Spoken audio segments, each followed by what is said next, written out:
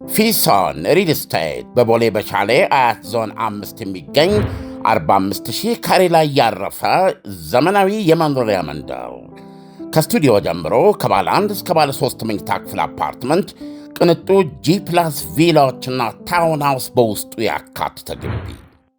አፓርትመንቶቻችን የከርሰ ምድር ውሃ፣ ለተለያዩ ፕሮግራሞች የሚሆን ሰፊ ቴራስ፣ 3 ቤዝመንት ፓርኪንግ፣ 2 ሊፍት፣ 24 ሰዓት ተጠባባቂ ጄኔሬተር፣ ሰፊና አስተማማኝ የመኪና ማቆሚያና በደህንነት ካሜራዎች የታገዘና ብቃት ባለው የሕንፃ አስተዳደር የተሟሉ ናቸው። ጂ+2 ቪላችን በውስጡ 6 መኝታ ቤቶች፣ 7 መታጠቢያ ቤቶች፣ 2 ሳሎን እንዲሁም 1 ባህላዊና 1 ዘመናዊ ኩሽና በውስጡ የያዘ ሲሆን በ340 ካሬ ላይ ያረፈ 3 መኪና ማቆም የሚያስችል ሰፊ ቦታ ያለው ነው። ጂ+2 ታውን ሃውስ 5 መኝታ ቤት፣ 6 መታጠቢያ ቤቶች እንዲሁም 1 ባህላዊና ዘመናዊ ኩሽና በውስጡ የያዘ ሲሆን በ190 ካሬ ላይ ያረፈ 2 መኪና ማቆም የሚያስችል ሰፊ ቦታ ያለው ነው። በአጭር ጊዜ ውስጥ ለመረከብ ቤቶቻችንን መጥተው የግሎ ያድርጉ። ገንዘብነቱ እንዲህ አይነት ቅርስ ላይ ሲያውሉት ነው። አሁኑኑ በስልክ ቁጥር 0952787878 ወይም 0952797979 ይደውሉልን። ፊሶን ሪል ስቴት።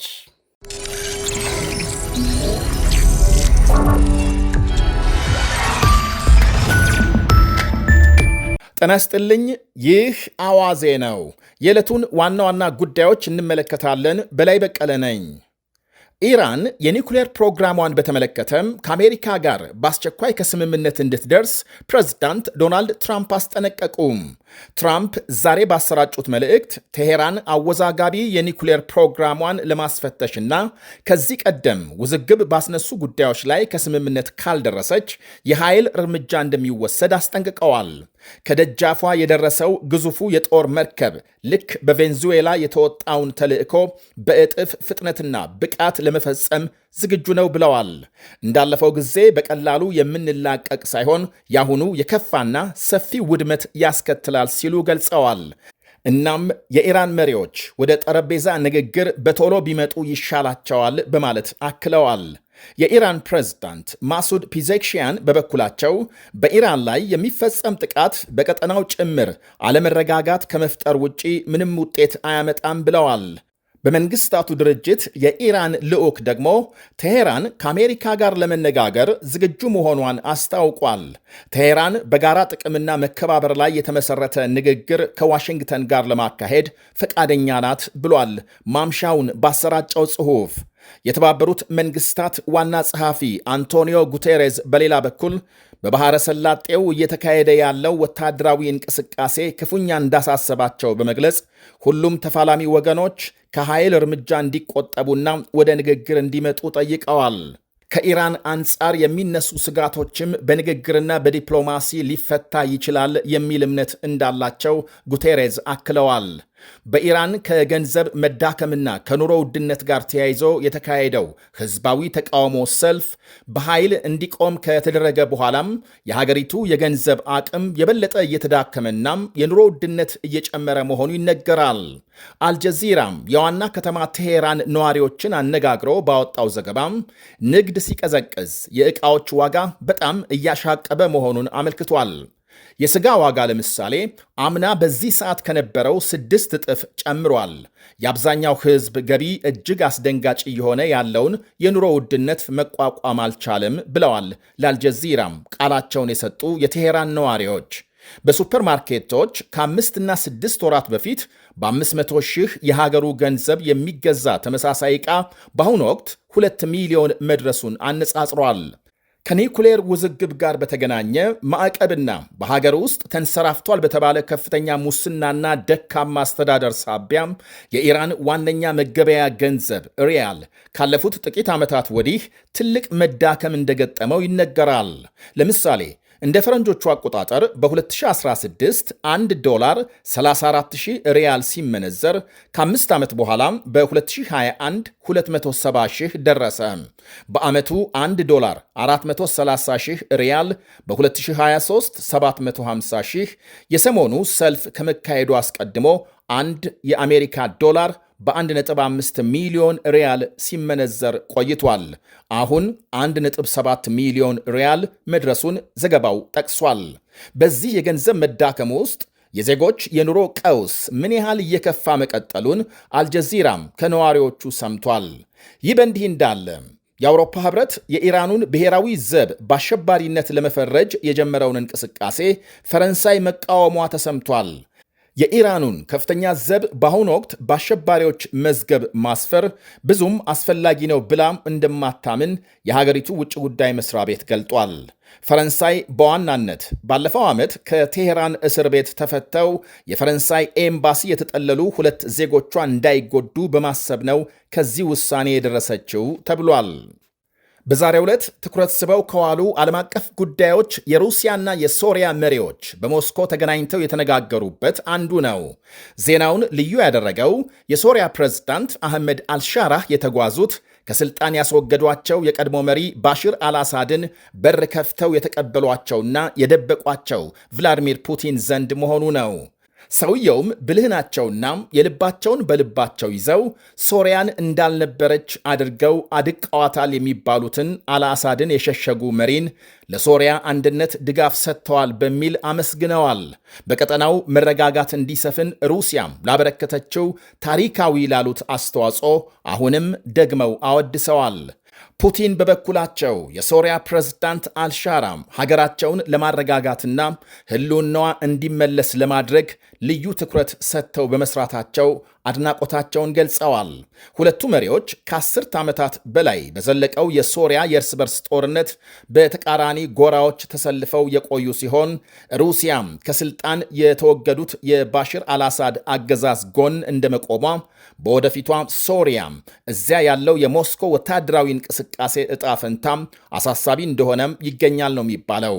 የክሬምሊን ቃል አቀባይ ዲሚትሪ ፔስኮቭ በሶሪያም የሩሲያ ወታደሮች ጉዳይ ሁለቱ መሪዎች በዛሬው የሞስኮ ንግግራቸው ተነስቶ እንደነበር ገልጸዋል። የሩሲያም የአየርና የባህር ኃይል ጣቢያም በባህር ዳርቻ የሶሪያ ግዛት እንደሚገኝ ተመልክቷል።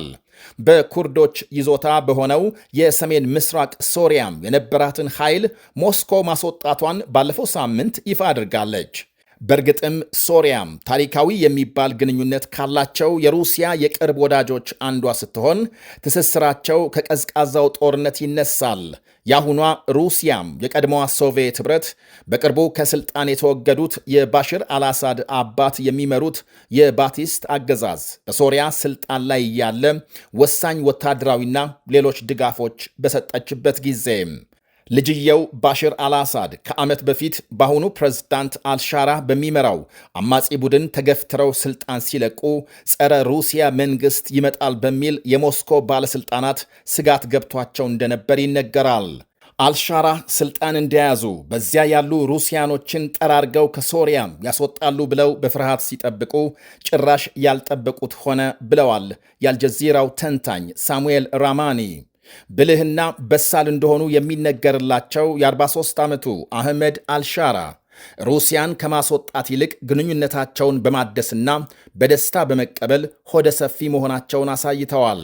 ከአልአሳድ በኋላም በቅርቡ ደግሞ ሌላ ዋነኛ አጋራቸውን የቬንዙዌላ መሪ ኒኮላስ ማዱሮን ያጡት ፑቲንም ቢሆኑ በሶሪያ ያላቸውን እንቅስቃሴ ጠብቀው መጓዝ ይፈልጋሉ።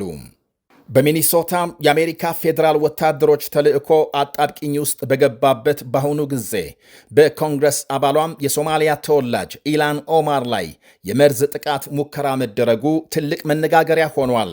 የኮንግረስ አባሏም በሚኒያፖሊስ እንግዶች በጋበዙበት መድረክ አንቶኒ ጄምስ የተባለ የ55 ዓመት ግለሰብ ድንገት በመርፌ ስሪንጅ ምንነቱ ያልታወቀ ፈሳሽ እንደረጨባቸው ተነግሯል። ፈሳሹ የኬሚካል አይነት ጠረን እንዳለው የተነገረ ሲሆን ግለሰቡም በፖሊስ ተይዞ ታስሯል። የኮንግረስ አባል ኢላን ኦማር ጉዳት እንዳልደረሰባቸውና ለጉልበተኞች እጅ እንደማይሰጡ የሚገልጽ መልእክት አሰራጭተዋል። ኦማር በሚኒሶታ ተፈጽሟል ከተባለ በርካታ ቢሊዮኖች ዶላር ሙስና ጋር በተገናኘ ስማቸው እየተነሳ ሲሆን ፕሬዝዳንት ትራምፕም የኮንግረስ አባሏም ሆኑ ሌሎች ሶማሊያውያን ከሀገር ሊባረሩ ይገባል በማለት በተደጋጋሚ ሲናገሩ ተደምጠዋል። ሴትየዋም በ3 ዓመት ጊዜ ውስጥ ከተወሰኑ ሺህ ዶላሮች እስከ $80 ሚሊዮን በባንክ አካውንታቸው መመዝገቡን በመጥቀስ የተለያዩ የአሜሪካ መገናኛ ብዙሃን እንዴት በአጭር ጊዜ ይህን ያህል ከፍተኛ መጠን ያለው ገንዘብ ባንካቸው ሊገባ ቻለ በማለት ምርመራ እንዲደረግ ሲዘግቡ ቆይተዋል። በሚኒሶታም በተከታታይ 2 አሜሪካውያን በፌዴራል ወታደሮች መገደላቸው በሕዝብ ዘንድ ከፍተኛ ተቃውሞ መቀስቀሱ ሲታወቅ አሁን ትራምፕ የወታደሮቹን ቁጥር ለመቀነስ ቃል ገብተዋል። የደህንነት ሚኒስትሯም ስልጣን እንዲለቁ ግፊት መጠናከሩ ይነገራል። ይህ አዋዜ ነው። ፊሶን ሪል ስቴት በቦሌ በሻሌ አያት ዞን 5 የሚገኝ 45,000 ካሬ ላይ ያረፈ ዘመናዊ የመኖሪያ መንደር ከስቱዲዮ ጀምሮ ከባለ 1 እስከ ባለ 3 መኝታ ክፍል አፓርትመንት፣ ቅንጡ ጂ+ ቪላዎችና ታውን ሃውስ በውስጡ ያካተተ ግቢ። አፓርትመንቶቻችን የከርሰ ምድር ውሃ፣ ለተለያዩ ፕሮግራሞች የሚሆን ሰፊ ቴራስ፣ 3 ቤዝመንት ፓርኪንግ፣ 2 ሊፍት፣ 24 ሰዓት ተጠባባቂ ጄኔሬተር፣ ሰፊና አስተማማኝ የመኪና ማቆሚያና በደህንነት ካሜራዎች የታገዘና ብቃት ባለው የሕንፃ አስተዳደር የተሟሉ ናቸው። ጂ+2 ቪላችን በውስጡ 6 መኝታ ቤቶች፣ 7 መታጠቢያ ቤቶች፣ 2 ሳሎን እንዲሁም 1 ባህላዊና 1 ዘመናዊ ኩሽና በውስጡ የያዘ ሲሆን በ340 ካሬ ላይ ያረፈ 3 መኪና ማቆም የሚያስችል ሰፊ ቦታ ያለው ነው። ጂ+2 ታውን ሃውስ 5 መኝታ ቤት፣ 6 መታጠቢያ ቤቶች እንዲሁም 1 ባህላዊና ዘመናዊ ኩሽና በውስጡ የያዘ ሲሆን በ190 ካሬ ላይ ያረፈ 2 መኪና ማቆም የሚያስችል ሰፊ ቦታ ያለው ነው። በአጭር ጊዜ ውስጥ ለመረከብ ቤቶቻችንን መጥተው የግሎ ያድርጉ። ገንዘብነቱ እንዲህ አይነት ቅርስ ላይ ሲያውሉት ነው። አሁኑኑ በስልክ ቁጥር 0952787878 ወይም 0952797979 ይደውሉልን። ፊሶን ሪል ስቴት